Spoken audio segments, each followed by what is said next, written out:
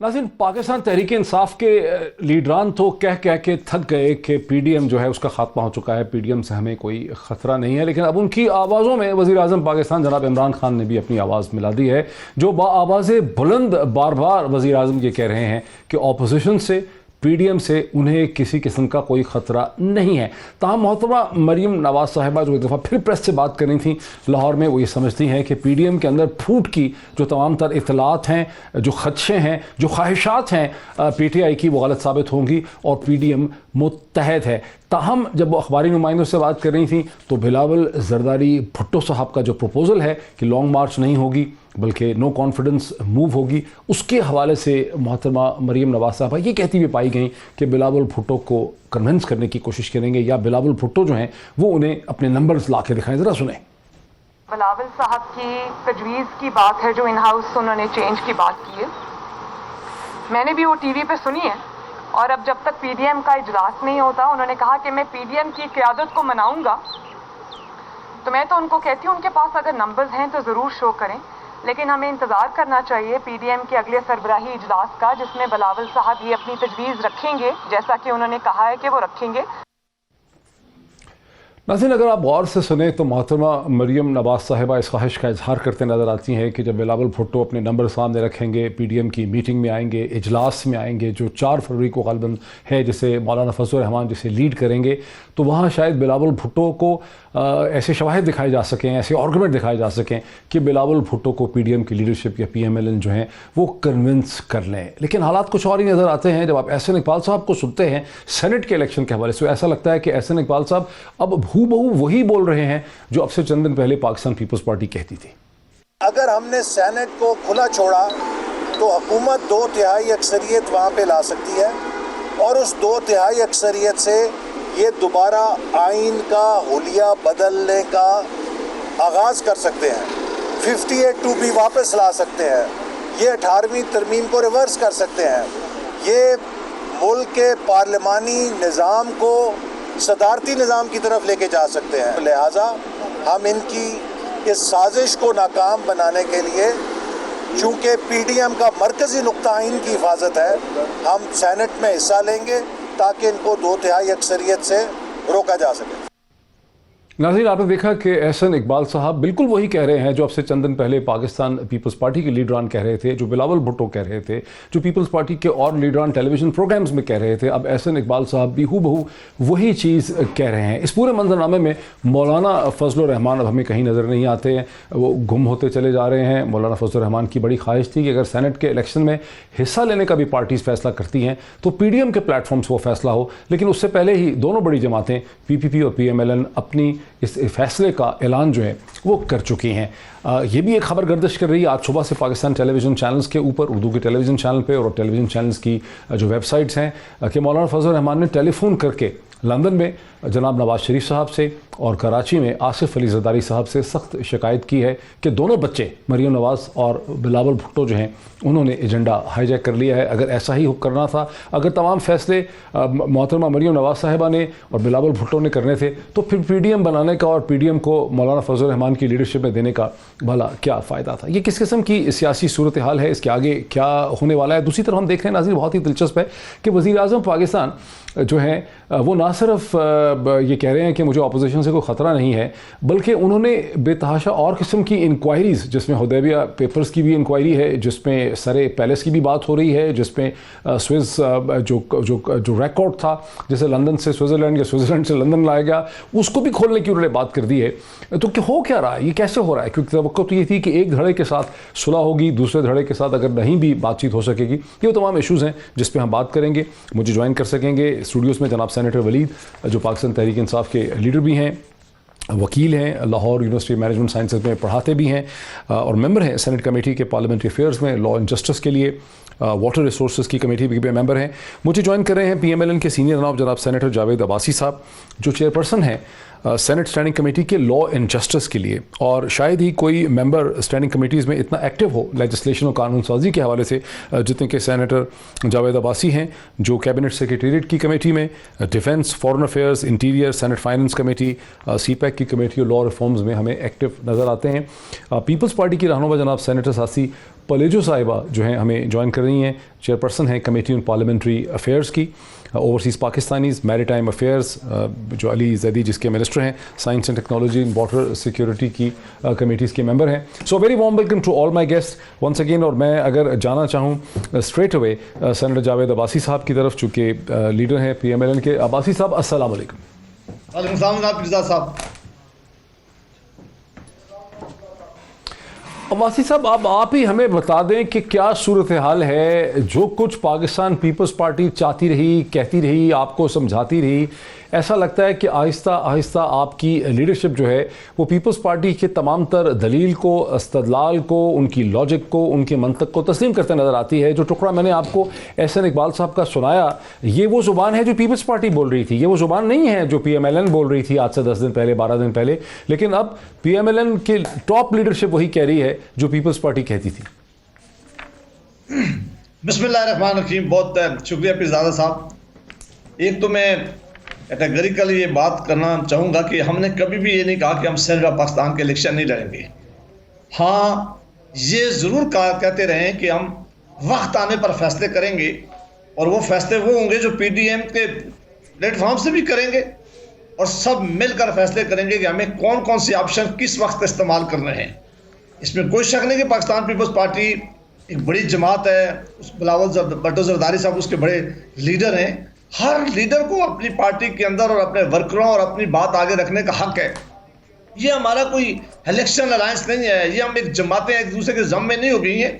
हम जमातें अपनी अपनी पार्टीज में रहकर सिर्फ एक ब्रॉडर एजेंडा था हमारा कि इस हुकूमत ने जो इस वक्त बहुत ज़्यादा क्राइसिस में है, मुल्क इकानमी की वजह से, गवर्नेंस के जो इशू हैं, जो करप्शन के कुछ बड़े इशू हैं, जो अनएम्प्लॉयमेंट बढ़ रही है, जो इस वक्त ऑलमोस्ट अपोजिशन और हुकूमत के दरमियान जो इतना ज़्यादा मिसट्रस्ट हो गया कि पार्लियामान में बैठकर बात भी नहीं करते। ये बड़े वो इशू थे जिनको लेकर हम अवाम के पास गए, और हमने ये कहा था कि ये वक्त आने पर हम फैसला करेंगे कि कौन सा कार्ड किस वक्त इस्तेमाल करना है। अब सेनेटर पाकिस्तान का इलेक्शन आ गया है, आज जमातों ने फैसला कर लिया है कि हम इसमें हिस्सा नहीं। सेनेटर साहब, ये तो एक आपकी स्टेटमेंट लगती है, ये तो एक पोस्ट किस्म की, एडहॉक किस्म की स्टेटमेंट आपकी लगती है। क्या हुआ हुकूमत को निकालने का, क्या हुआ लॉन्ग मार्च करने का, क्या हुआ इस्तीफे देने का? ज़मीनी इंतखाबात में आप हिस्सा ले रहे हैं, सेनेट के इंतखाबात में आप आ रहे हैं, लॉन्ग मार्च की बात आपकी गुम हो गई है, मौलाना फजल रहमान कहीं नज़र नहीं आते। ये तो ऐसा ही लगता है। जाहिद हुसैन साहब जो हैं, जो कि हुकूमत के बहुत बड़े क्रिटिक हैं, उनका जो लेटेस्ट पीस है द PDM's predicament, उसमें तो क्लियरली उन्होंने लिखा है the clash of narratives between PPP and PMLN seem to have intensified after PDM's failure to even shake the PTI government let alone bring it down. यानी ख़त्म करना, हटाना तो हुकूमत को दूर की बात है, हुकूमत तो हिल भी नहीं रही, शेक भी नहीं हो रही है। ये तो अब जाहिद हुसैन साहब कह रहे हैं जो बहुत बड़े क्रिटिक हैं PTI के। देखिए, इसमें कोई शक नहीं कि हमने बार बार ये बात कही थी कि अपोजिशन अपना जो मौक़िफ़ है वो पाकिस्तान की आवाम के साथ सामने रखेगी, और हमारे पास बहुत सारे ऑप्शन हैं। उनमें एक ऑप्शन ये है कि हम लॉन्ग मार्च करेंगे, एक ऑप्शन ये है कि वक्त आने पर शायद रिज़ाइन करेंगे, एक ऑप्शन ये भी है कि हम यानी इस वोट ऑफ नो कॉन्फिडेंस जो बिलावल भुट्टो ज़रदारी साहब ने अभी फ्लोट किया है, ये उनकी अपनी राय है। ये सारे वो ऑप्शन हैं जो हमने। आपको अभी भी यकीन है कि आप लोग रिज़ाइन करेंगे? नहीं, मैं ये नहीं कह रहा। मैं कहा कि ये फैसला हमने कहा था कि करेंगे। अब ये PDM की प्लेटफॉर्म पर फैसला करना है कि ये सारे कार्ड किस वक्त हमने इस्तेमाल करने हैं, कौन सा मुनासिब टाइम होगा, कौन से मुनासिब वक्त में हमने ये ऑप्शन एक्सरसाइज करनी है, उसके लिए चलें हमारी ज़िंदगी आसान कर दें, हमारे सुनने वालों की ज़िंदगी आसान कर दें। ये बताएं कि 4 फरवरी को मौलाना फजल रहमान की लीडरशिप में PDM का जो इजलास हो रहा है, जिसके बारे में मरीम नवाज़ कहती हैं कि वहाँ हम बिलावल भुट्टो को अपने नंबर शो करने चाहिए, क्या नतीजा आप समझते हैं वहाँ निकलेगा 4 तारीख को? मेरा ख्याल है एक ये बात तो अब तय है कि सेनेट के इलेक्शन हो जाएंगे। अब इसमें तो मुझे कोई वो नहीं लग रही। इसमें ज़रूर है कि बिलावल भुट्टो ज़रदारी साहब ने एक जमहूरी अमल है, उस यानी कॉन्स्टिट्यूशन में ये प्रोविजन मौजूद है कि अगर आप चाहें और अपोजिशन चाहे तो हुकूमत के खिलाफ वोट ऑफ नो कॉन्फिडेंस ला सकती है।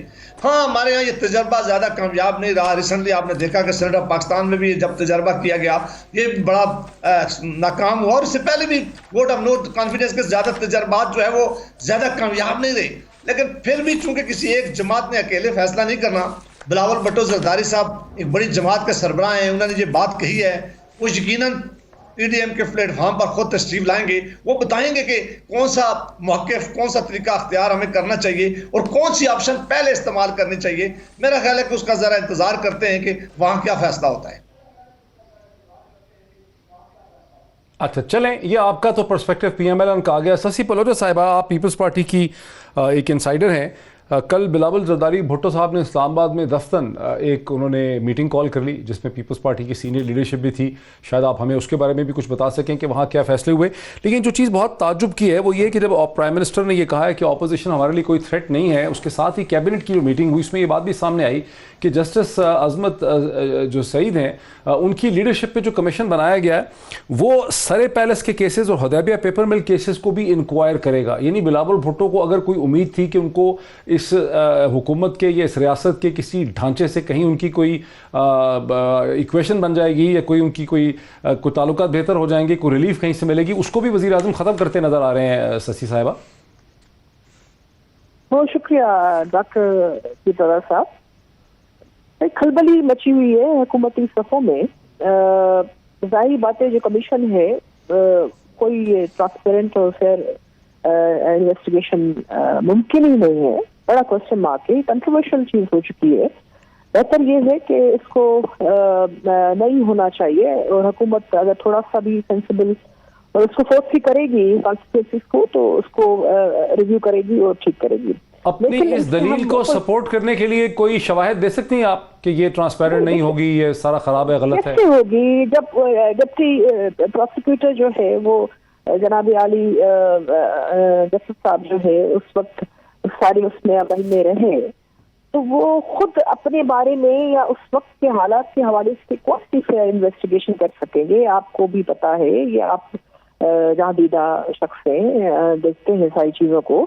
दूसरी चीज ये है कि हुकूमत जो है अब फ्रस्ट्रेशन के मारे उनको कोई भी चीज ये कहती है पीडीएम बंद गली में। असल में इतनी सारी चीजें सामने आ गई हैं मुआशी मामलात को भी। आज की रिपोर्ट ये है ट्रांसपेरेंसी की, करप्शन में जो है, यानी हम जब से ये पीटीआई के साहिबान आए हैं खान साहब की टीम, तब से जो है कौन से नंबर से कहाँ तक हम पहुंच गए। हालांकि दावे बड़े बड़े थे, बहुत बड़े दावे थे, उसमें भी ये मार खा गए। अब आगे इन्वेस्टिगेशन के हवाले से वो भी कुछ की हालत ये है कि आज उनके तर्जुमानों की सरेआम पब्लिक के सामने जो है वो रसाकशी, झड़पें, इतनी एक दूसरे से हार और कंपटीशन। हालांकि कश्मीर के हवाले से इतने इजलास नहीं हुए, तर्जुमानों की जो है सारी महफिल मस्ती है, उनको लाइन दी जाती है, उनको डिक्टेट किया जाता है। लेकिन साथी साहब, बावजूद इसके इस्तीफे नहीं हुए, लॉन्ग मार्च नहीं हो रही, हुकूमत बाहर नहीं निकली, उसके बावजूद आप समझती हैं कि हुकूमत बुनियादी तौर पे क्राइसिस में है? आप लोग ज़मीनी इंतखाबात में भी जा रहे हैं, सेनेट इलेक्शन में भी जा रहे हैं, लेकिन हुकूमत क्राइसिस में है, बहुत बड़े क्राइसिस में है। You and I know it very well, everybody knows that very well.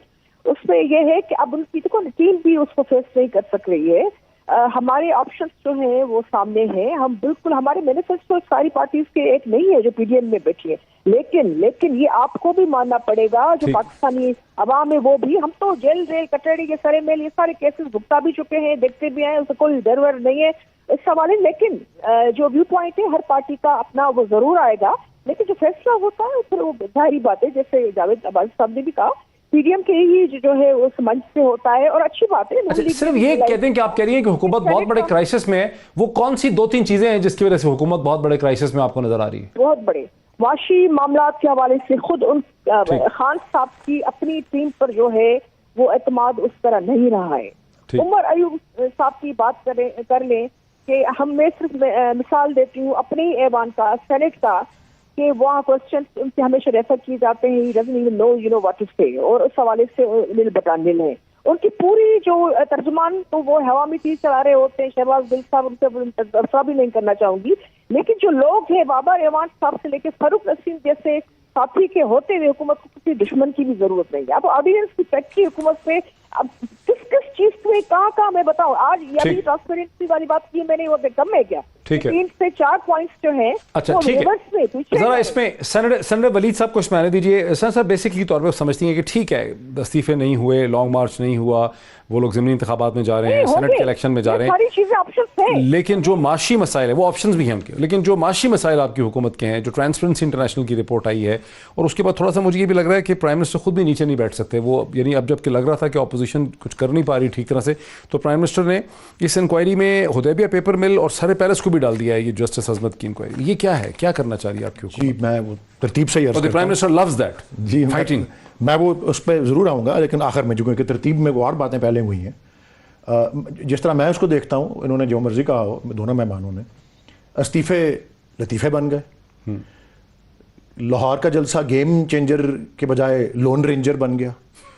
वो आर कर या पार कर उस जलसे ने करना था ना, वो तो शेर व शायरी होगी अगर इजाज़त दें। मिर्ज़ा गालिब ने बड़ा खूबसूरत शेर कहा था, कोई मेरे दिल से पूछे तेरे तीरे नीम कश को, वो खलिश कहाँ से होती जो जिगर के पार होता।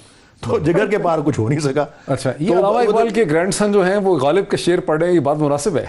नहीं, वैसे उर्दू ज़ुबान में मिर्ज़ा असदुल्ला खां गालिब, ये नहीं कहूँगा उनसे बड़ा शायर नहीं पैदा हुआ, लेकिन वो अजीम तरीन शुअरा में वो शुमार होते हैं। मैं मौके आने पे अलामा इकबाल के शेर भी हर्ज करूँगा। देखें, और बहुत ज़्यादा ख़ासकर जो पीपीपी वाले गेस्ट आते हैं, और सेनेटर साहिबा ने तो चले इतना नहीं, लेकिन मसलन जो इनकी इंफॉर्मेशन सेक्रेटरी साहिबा हैं वो डॉक्टर नफीसा शाह साहब, वो तो शुरू एक मजमून, जिस तरह एक बच्चे ने मजमून स्कूल में सीखना लिखना सीखा होता है, एक ही होता है आज ही, फुटबॉल मैच, और ऊपर से हवाई जहाज़ में उसमें इम्तिहान में हवाई जहाज़ का सफ़र आता है, तो हवाई जहाज़ उड़ता है और वो मजमून लिखता है आगे फुटबॉल मैच में क्या हो रहा था। तो वो शुरू कर देते हैं महंगाई पे। ये देखें जी, फूड इन्फ्लेशन पे, ये कल का एक अखबार में सेंसिटिव प्राइस इंडेक्स, अब माशी हालात की बात कर रहे हैं ना जी, पहली दफा एक्चुअली 51 एसेंशियल आइटम्स की कीमत में 0.22% कमी आई है। केपी में पंजाब में भी आई है। और ये जनाब नहीं, पूरे मुल्क में, पाकिस्तान ब्यूरो ऑफ स्टेटिस्टिक्स बता रही है। मैं 2-3 चीजें गिनवा देता हूं। देखें जी, अंडे बड़े महंगे हो गए थे, 15% उसकी कीमत कम हुई है। टमाटर की 11% कीमत कम हुई है। आलू की कीमत 5% कम हुई है। अनियन की कीमत 4% कम हुई है। चिकन की कीमत 3% कम हुई है। मैं अर्ज करना चाह रहा हूं, पिछले 6 महीने इन्फ्लेशन रेट 8% पर तकरीबन चल रहा था। इस महीने की प्रोजेक्शन 5.8% है। मैं अपने दिल में यकीन रखता हूं, मैं ज्योतिषी तो नहीं, सुनने वाले सुन रहे हैं, जो चिकन भी खरीद रहे हैं, जो आलू भी खरीद रहे हैं, जो टमाटर भी, मैं उन्हीं के लिए कहना चाह रहा हूं, उन्हीं के लिए कहना चाह रहा हूं। 3% कमी चिकन, मैं उन्हीं के लिए कहना चाह रहा हूं। अगर 250 का था तो 6 रुपए की कमी होगी। फिरजाद साहब, उन्हीं के लिए कहना चाह रहा हूं कि मैं I believe in my heart, मैं दिल में ये यकीन रखता हूं कि अब अच्छे वक्त आने वाले हैं। चैलेंजेस बहुत थी हुकूमत को, लेकिन अब जो हमारे एफर्ट्स हैं वो रंग लेके आएंगे। मैं कॉन्फिडेंट हूं कि इन्फ्लेशन का जोर टूट रहा है। मैं ब्रेक ले लूं, वापस आते हैं तो फिर इस पे देखते हैं कि क्या वाकई चैलेंजेस खत्म होने वाले हैं, क्या बेहतर वक्त आने वाले हैं, इस पे बात करते हैं आफ्टर द ब्रेक। नाज़रीन, वेलकम बैक। नाज़रीन, वक्फे से पहले बात यहाँ तक पहुंची कि ऑपोजिशन के जो लीडरान हमारे साथ हैं, पीपल्स पार्टी के और PMLN के, वो ये समझते हैं कि बावजूद इसके कि रेजिग्नेशन नहीं हुए, लॉन्ग मार्च मटेरियलाइज नहीं हुई, ऑपोजिशन बाई इलेक्शन के बाद अब सेनेट के इंतखाबात में भी हिस्सा ले रही है और हुकूमत कहीं जाते नज़र नहीं आती, इसके बावजूद ऑपोजिशन के रहनुमा समझते हैं कि हुकूमत के जो माशी, जो इकोनॉमिक चैलेंजेस हैं वो बहुत शदीद हैं। हुकूमत के ऊपर करप्शन के भी इल्ज़ामात लग रहे हैं, ट्रांसपेरेंसी इंटरनेशनल के, लेकिन सेनेटर वलीद जो है वो हमारे साथ इन चीज़ों को डिसमिस करते हैं। वो समझते हैं कि इनफैक्ट अब हालात जो है वो बेहतरी की तरफ जाना शुरू होंगे और जो महंगाई थी और जो एक इन्फ्लेशन थी उसमें अब कमी आने के चांसेस हैं। यहाँ से हम बात का आगाज़ करते हैं। सेनेटर जावेद अब्बासी साहब, आपने सुना अपने कुलीग को, सेनेटर वलीद को, क्या इस पर आपका रिएक्शन है? एक तो मैं ये कहूँगा कि सेनेटर वलीद इकबाल साहब से इलामा इकबाल साहब की रूह ज़रूर ज़्यादा खुश नहीं होगी, क्योंकि वो ज़रूर उनकी ख्वाहिश थी, जिस तरह इनके वालिद साहब हमारी जमात में रहे तो उनकी ये ख्वाहिश होगी कि जो मुस्लिम लीग उन्होंने खुद बनाई थी, छोड़ी थी, ये उसमें होते तो उनकी रूह ज़्यादा खुश होती। अब मैं आता हूँ, जो वलीद इकबाल साहब जब ये नक्शा खींच रहे थे, मैं सोच रहा था कि पाकिस्तान के किस हिस्से की बात कर रहे हैं। फिरजादा साहब आप भी यहाँ रह रहे हैं, सस्सी साहब भी और वलीद साहब भी, पाकिस्तान के किसी हिस्से में जाएं, जितने पिछले 2-2.5 सालों में महंगाई हुई है, और कोई चीज़ आप गैस की प्राइसेस देख लें, इलेक्ट्रिसिटी की प्राइसेस देख लें, दवाइयों की प्राइसेस देख लें, चीनी की प्राइसेस देख लें, आटे की प्राइसेस देख लें, बाकी कमोडिटीज़ जो इस्तेमाल की उनकी चीज़ें देख लें, कुछ चीज़ों में तो 400-500% जो है वो महंगाई हुई है। उसके बाद आप देख लें कि चीनी में ये कह रहे हैं कि पिछले चंद दिन में हालात बदलने लग गए।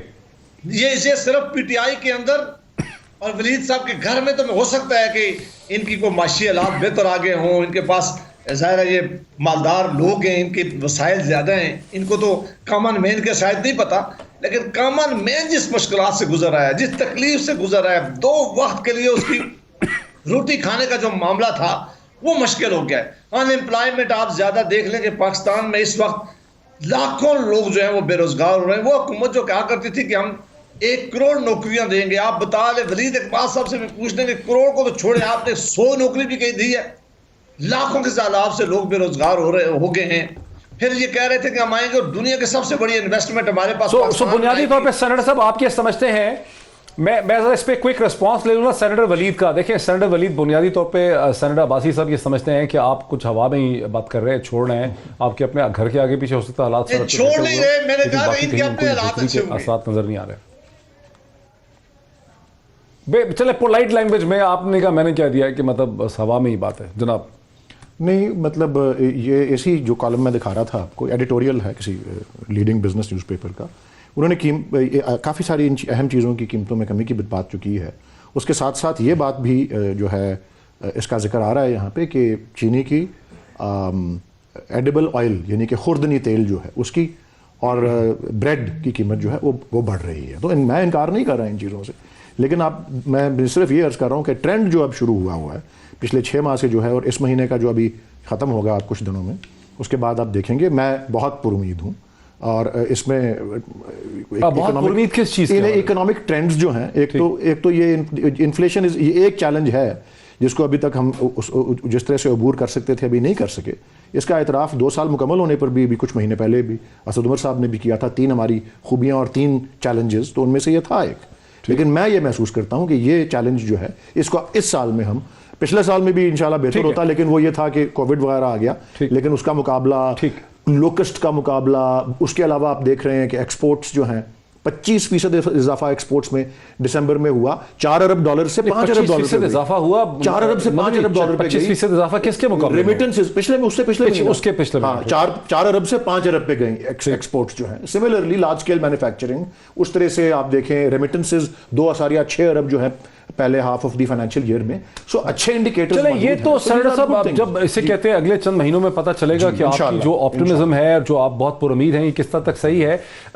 शशि पलेजो साहिबा, आपने जो ये बात छेड़ दी ना कि हुकूमत के माशी चैलेंजेस हैं, ट्रांसपेरेंसी इंटरनेशनल की रिपोर्ट आई है, इससे कुछ गुमान मुझे ऐसे लगता है कि उस सवाल से आप पीछे हट रही हैं जहां बिलावल जरदारी भुट्टो अब हमें PMLN के और मौलाना के साथ खड़े नजर नहीं आते हैं, PPP पीछे हट गई है। इसे कैसे आप एक्सप्लेन करेंगे कि आप लोगों ने सितंबर में जो एक अलायंस खड़ा किया था अब किसी को नजर नहीं आ रहा? मतलब देखिए ना, तमाम अखबारात, इदारिये देख लें, कमेंट देख लें, अब ऐसा लगता है कि अब आप लोग अलग अलग हो गए और मौलाना को तो खैर बात कर दिया है।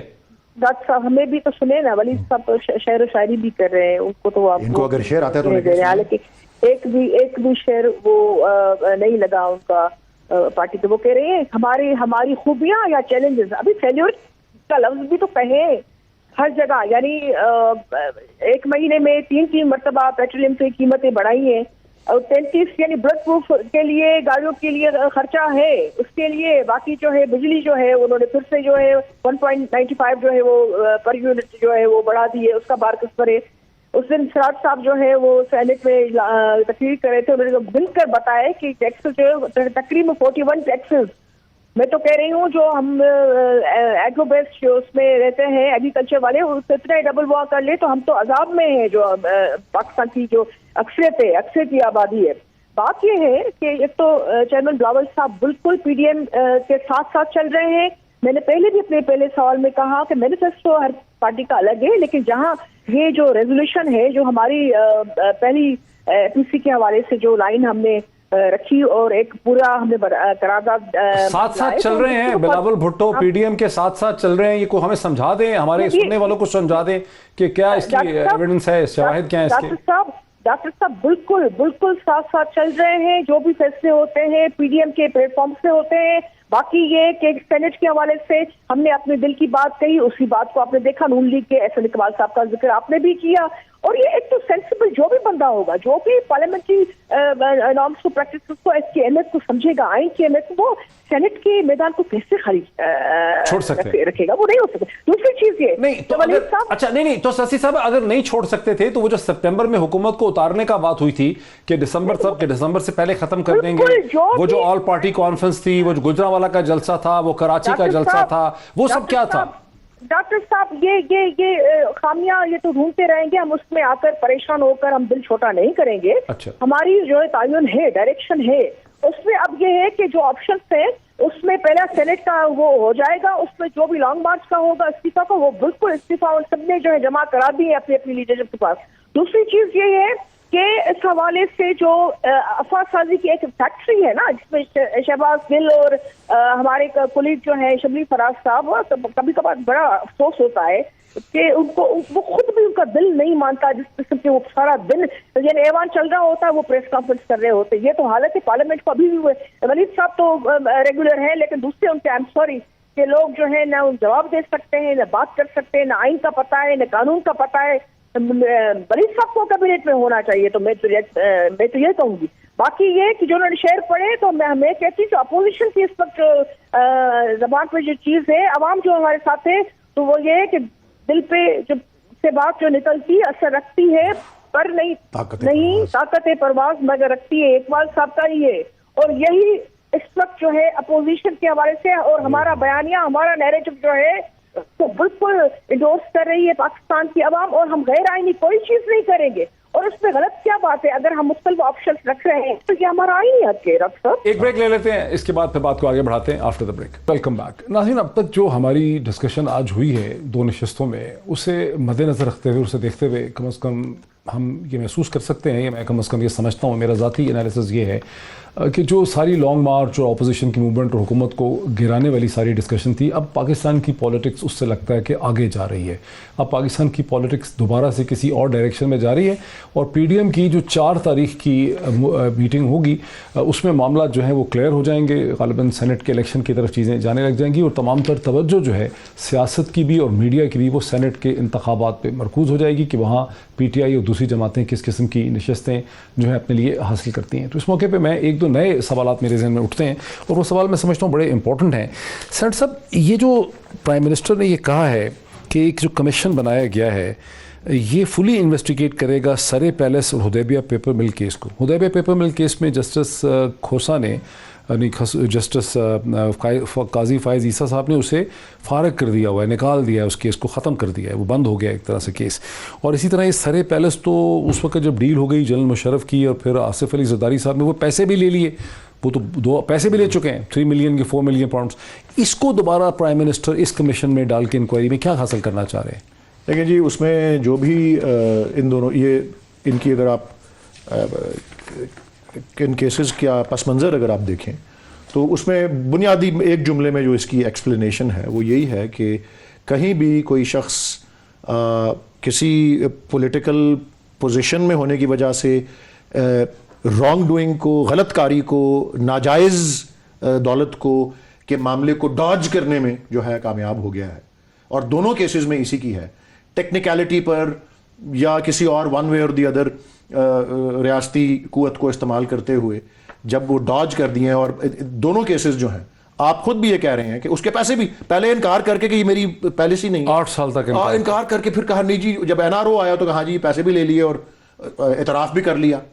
और दूसरी तरफ ये है कि उसको भी प्राइम मिनिस्टर साहब जो हैं और बजा समझते हैं कि वो एक उसमें जिस किस्म के शवाहिद हैं हुदैबिया में वो एक ओपन एंड शट केस है। लेकिन कुछ लोग ये भी समझते हैं एनालिस्ट कि प्राइम मिनिस्टर जो कोई भी पीपल्स पार्टी और बिलावल जरदारी भुट्टो कोई अपने लिए नरमी ढूंढ रहे थे सिस्टम के अंदर, इस पूरी PDM की मूवमेंट में एक उन्होंने अपने आप को अलग कर लिया है, वो एक और डायरेक्शन में चल रहे हैं, और वो कोई नरमी या नेगोशिएशन या कोई पोजीशन ढूंढ रहे थे, नरम गोशा अपने लिए, वो वज़ीर आज़म कुछ ऐसी मूव्स कर रहे हैं ताश के पत्ते में कि जो बिलावल भुट्टो को नरम गोशा मिलना था वो उनको डिनाई करने की कोशिश कर रहे हैं।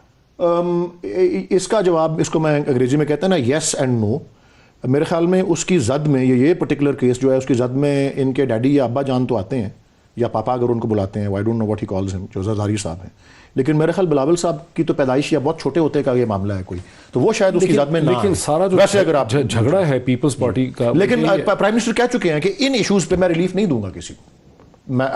मैं बरसबील तस्करा अगर बिलावल भुट्टो भी इसके ज़द में आते हैं, ये तो मेरा अपना अंदाजा नहीं, बिलावल भुट्टो इसकी ज़द में नहीं आते, चले तो नहीं आते तो वो तो वैसे ही उससे, और अगर इस मामले, इस सब्जेक्ट के ऊपर, इस मौजू के ऊपर, वो ज़ैद हो या बकर हो, वो हुदैबिया पेपर मिल्स हो या फसारे पैलेस हो, इस सब्जेक्ट के ऊपर प्राइम मिनिस्टर किसी किस्म की भी रिलीफ नहीं, बल्कि जहां जहां से वो स्केलेटन निकाल सकते हैं क्लॉजेट से वो निकालेंगे। सेनेटर सासी पलेजो साहिबा, वज़ीर आज़म इमरान खान एक बार फिर आसिफ अली जरदारी को और पीपल्स पार्टी को पूरी दुनिया के सामने शर्मिंदा करना चाह रहे हैं, एक्सपोज करना चाह रहे हैं। आसिफ अली जरदारी साहब ने 8 बरस तक कहा कि ये सारे पैलेस मेरा नहीं है। 8 बरस के बाद जब लिक्विडेटर बैठे, जब NRO हो चुका था, जब जनरल मुशर्रफ के साथ डील हो गई थी, उन्होंने उसके $3-4 मिलियन वहाँ से जाके लिक्विडेटर से ले लिए और बांगे दोहल पूरी दुनिया के सामने कहा कि हाँ, ये सारे पैलेस हमारा है, हुकूमत का नहीं है।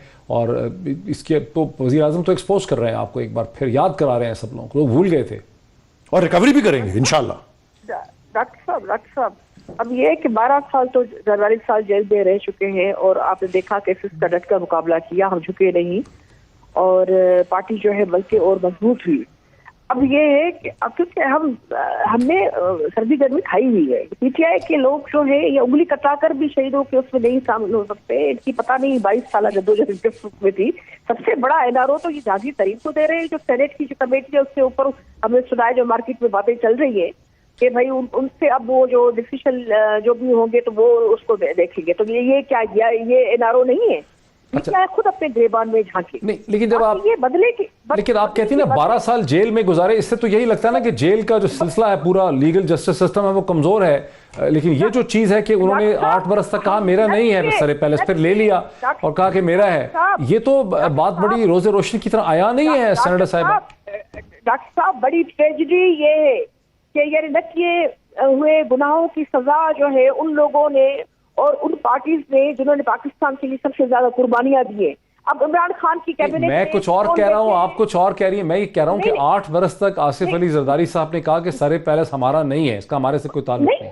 फिर लिक्विडेटर बैठा, ये सारे मेरे सामने अखबार भरे पड़े। हमने कोर्ट में सारे केसेस को जो है फेस किया। अब मैं नहीं जो चीज पे आना चाह रही हूँ वो ये इमरान खान साहब की है कि वो आपकी बात बिल्कुल दुरुस्त, लेकिन इस पे नहीं आप आना चाह रही हैं। ये जो सारे पैलेस का सुने सारे पैलेस को सबको भुगत चुके हैं। हमें तो ये जो बात कर रही हूँ, इमरान खान जो है उनको ये लग रहा है कि इंसाफ न मिल जाए अपोजिशन की पार्टीज को, वो बार बार रुख तोड़ रहे हैं। जो बदले की भावना है ना, जो मुंह पर हाथ फेर कर उन्होंने कहा था कि इनको देख लूंगा, वो चीज यानी वो कहते कश्मीर का उसमें नहीं पढ़ूंगा, वो चीजें नहीं करूंगा, इंटरनेशनल जो है मैं फोरम पे जो है अपना केस स्ट्रॉन्ग नहीं करूंगा, जहाँ आवे का आवाज खराब हो जाए तो भले खराब हो जाए। वाशी तरह वलीद साहब क्यों नहीं जवाब देते? आज जो ट्रांसपेरेंसी वाली जो रिपोर्ट आई है उसमें यानी 2018 से लेकर और इस साल तक जो है पूरी तरह ये लोग पूछ चुके हैं, उनका भी तो ये बताए ना। अच्छा। ये अब वो कहते हैं कि हम गरीब लोगों के साथ हैं, हम जो है सरमाकार। अभी भी आपने बजट में देखा क्या किया है, हम तो सिर्फ ये 2.5 सालों में इनको कंगाल कर दिया।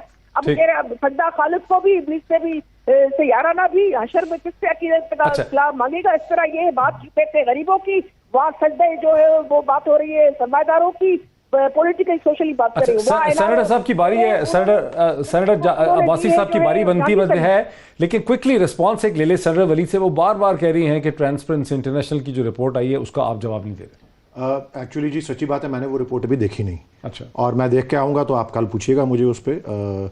ये मैं आपको यकीन से कह सकता हूँ उसमें पहले से ही कि उसमें इस तरह का कोई इल्ज़ाम नहीं होगा कि इमरान खान साहब दूसरे जरदारी हैं या इमरान खान साहब इज सेकंड नवाज शरीफ। ये मैं वसूख से कह सकता हूँ। बाकी क्या लिखा होगा उसमें वो पढ़ लेंगे, मैं पढ़ूंगा तो मैं बता सकता हूँ। मैंने वो रिपोर्ट देखी है। पूरा मुल्क जो है बिठा दिया है वलीद साहब, ये आप बने न माने, मैं उसका स्ट्रेट आंसर दे रहा हूँ। मैंने क्या बिठाया है? कोई चीज आपसे नहीं हो रही आप लोगों से, सीरियसली ये हकीकत है। ये आप लोग मान ले। अब बैसाखियों की हुकूमत है, हम क्या उसका ढंढोरा पीटे?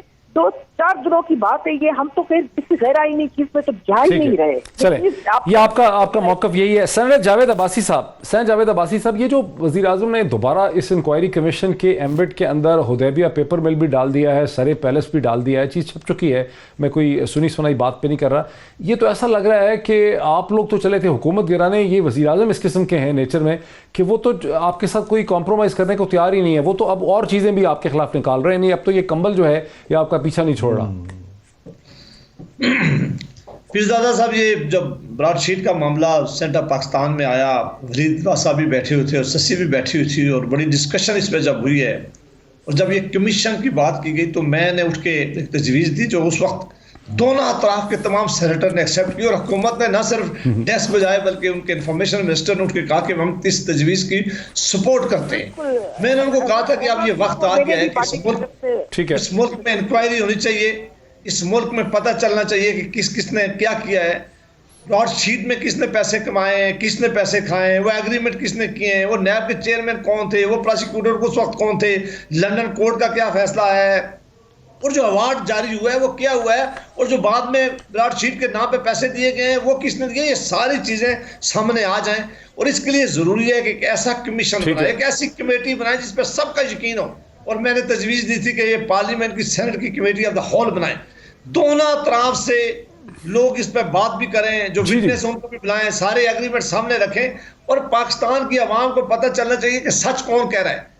अब ये मामला ये हुआ कि इन्होंने जस्टिस अजमत सईद साहब वो नहीं किया उन्होंने, वो सही कह रहे हैं आपने हमारे प्रोग्राम में पहले कहा था सबसे पहले कि सेनेट कमेटी होल होनी चाहिए और फॉल होनी चाहिए, वो तो उन्होंने कमेटी ऑफ द होल आपने दिया था। बिल्कुल आप सही कह रहे हैं, वो बाद में हेडलाइन बनी पूरे मीडिया की, वो नहीं हुआ। अब जस्टिस अजमत को उसमें लगा दिया गया है, उसमें हुदैबिया पेपर मिल भी उन्होंने डाल दिया। उसके बारे में आपका क्या रद्द-ए-अमल है? मैं कहता हूं कि देखें, जब ब्रॉडशीट का मामला हुआ उस वक्त जब एग्रीमेंट हो गए थे तो उस वक्त जस्टिस अजमत सईद डिप्टी प्रोसिक्यूटर जनरल थे नैब में, ज़ाहिर है ये एग्रीमेंट उन्होंने तैयार करवाए थे और जब एग्रीमेंट ब्रॉडशीट के साथ खत्म किया उस वक्त भी वो वहां मौजूद थे। अब तमाम सियासी जमातों ने कह दिया है कि हमें उनकी सरबराही कबूल नहीं है, हुकूमत को अना का मसला नहीं बनाना चाहिए। ये एक अच्छा काम करने अगर आप जा रहे हैं और आप समझते हैं कि इससे कौम को सच्चाई पता चले, ट्रूथ पता चले, तो उसके लिए मेहरबानी करके एक ऐसी, मेरी तो ख्याल है कि मैं जिस बात मैंने की उस पर कायम हूँ। अगर वो नहीं चाहते फिर सुप्रीम कोर्ट के मामला भेजें, सुप्रीम कोर्ट के वहां जाना चाहिए मामला, ताकि सही इसके डेप्थ में जाया जाए कि कौन लोग जिम्मेदार थे, किन्होंने पैसा लूटा है, किन्होंने पैसा खाया है, किन्होंने जाके पैसा ऑफर किया है। अगर ये इसी तरह की इंक्वायरी बनाएंगे, पीरजादा साहब आप देख लें, हम इनकी बात नहीं मानेंगे, ये हमारी बात नहीं मानेंगे। हम बहुत शुक्रिया सेनेटर जावेद अब्बासी साहब का, सेनेटर ससी पलेटो साहिबा का, सेनेटर वलीद इकबाल का। डिस्कशन आपने सुनी, तीनों जमातों का आपने मौक़िफ़ देखा और ये भी आपने देखा इसकी टोन एंड टैनर से कि अब सियासी गुफ्तगू जो है वो लॉन्ग मार्च हुकूमत के हटाने से वापस दूसरे इशूज़ की तरफ और सेनेट की तरफ जो है वो आहिस्ता आहिस्ता धीरे धीरे बढ़ रही है। यही अब एजेंडा मुझे नज़र आता है। आज इतना ही, फिर आपसे मुलाकात होती है। बहुत शुक्रिया।